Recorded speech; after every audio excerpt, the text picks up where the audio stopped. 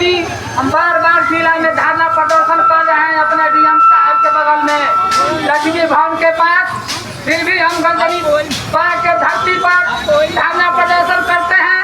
हम लोगों के सरकार गूंगी बहरी, अपनी कानों को साफ कर बहरी, कानों को बंद कर कर हमको आवाज को नहीं सुन रहे हैं। सरकार हम लोगों को मांग को पूरा नहीं कर रहे हैं। हम लोग रोड पर धूल फाक रहे हैं। इस समय वोट देने की अधिकारी आ गया है। इस समय अब पार्टी वाले आएंगे, कहेंगे कि हमारे पार्टी को वोट देंगे, बिल्कुल वोट देने की काम नहीं करेंगे। हमारे ग्राम रक्षा दल का जवान, बोलिए ग्राम रक्षा दल के जवान जिंदाबाद जिंदाबाद जिंदाबाद जिंदाबाद जिंदाबाद जिंदाबाद जो जिंदाबाद। हमारा हित में काम करेगा, जो हमारा ग्राम रक्षा दल के हित में काम करेगा, वो ग्राम रक्षा दल का हित में काम करेगा।